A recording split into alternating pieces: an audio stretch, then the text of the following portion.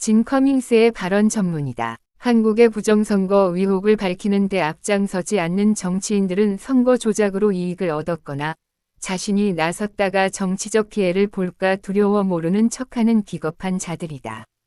한국의 역대 대통령 가운데 국가기관의 부패와 선거관리 시스템의 범죄 의혹을 국민에게 직접 알리려 했다가 탄압받고 감옥에 갇힌 대통령은 윤석열이 유일하다.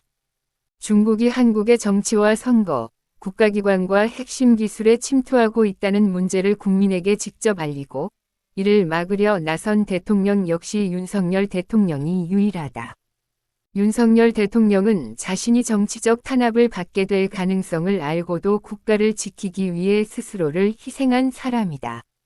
그는 배신자들에 의해 정치적으로 공격당하고 결국 자신까지 거대한 탄압의 대상이 될 수 있다는 사실을 이미 알고 있었다. 그러나 대통령직에 있으면서 대한민국이 공산 세력에 의해 장악되고 국가가 돌이킬 수 없는 위기에 빠질 수 있다는 사실을 알게 되었으며 이를 국민에게 알리려는 그의 의도를 알아챈 세력들은 윤석열을 고립시키기 위해 온갖 수단을 동원했다. 그들은 윤석열 대통령의 측근들을 하나씩 제거하는 데 몰두했고 그들에게 제거당하지 않고 살아남으려 했던 비겁하고 파렴치한 정치인들은 윤석열을 배신한 뒤 반대 세력에 아부하며 자신의 정치적 생존을 지키는 쪽을 선택했다. 윤석열은 자신의 정치적 생명이 이미 끝났다고 생각했을 것이다.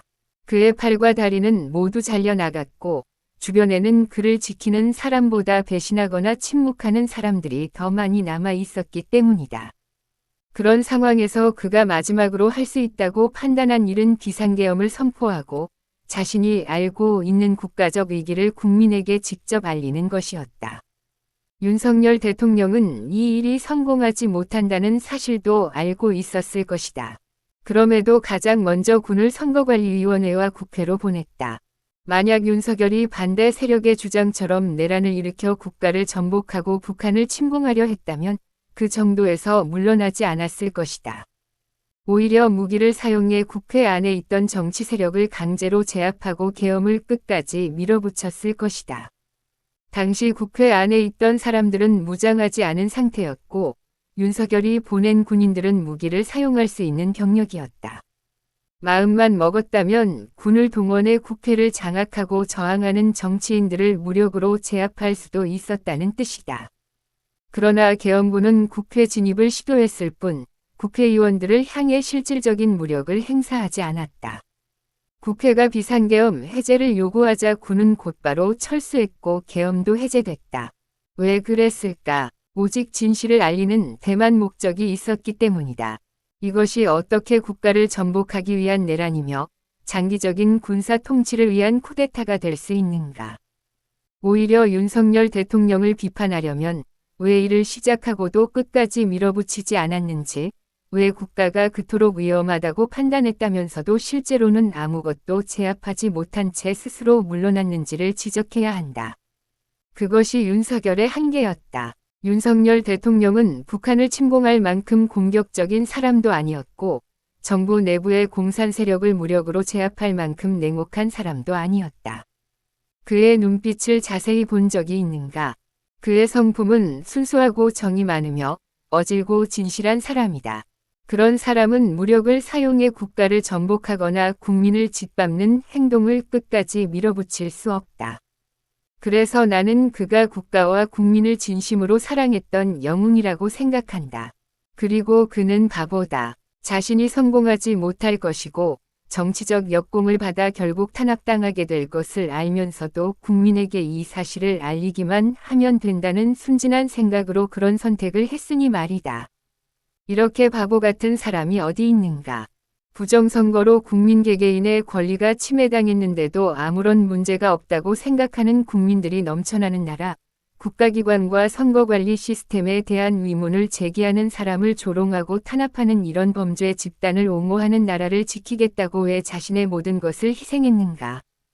고마워하지도 않고 알아주지도 않으며 오히려 범죄 의혹을 받는 자에게 나라를 넘겨주고도 자신만 배부르면 괜찮다고 생각하는 사람들이 과반을 차지하는 나라가 대한민국이다.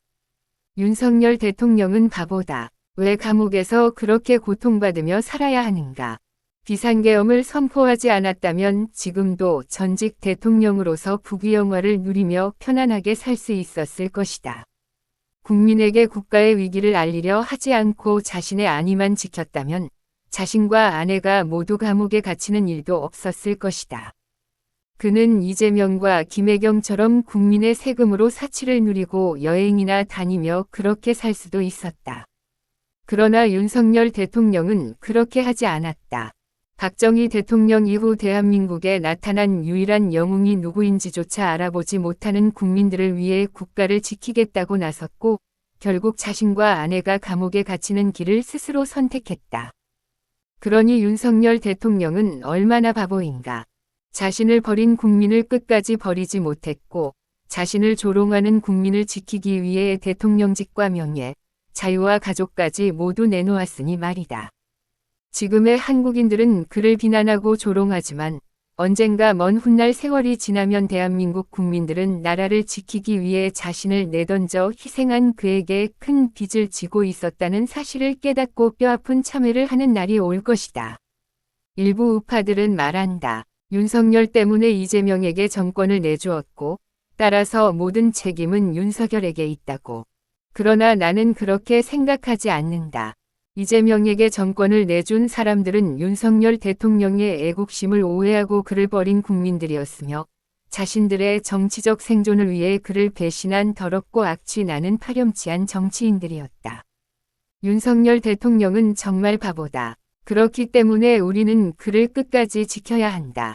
시간이 얼마나 걸리든 아무리 힘들고 지쳐도 결코 포기하지 않을 것이다.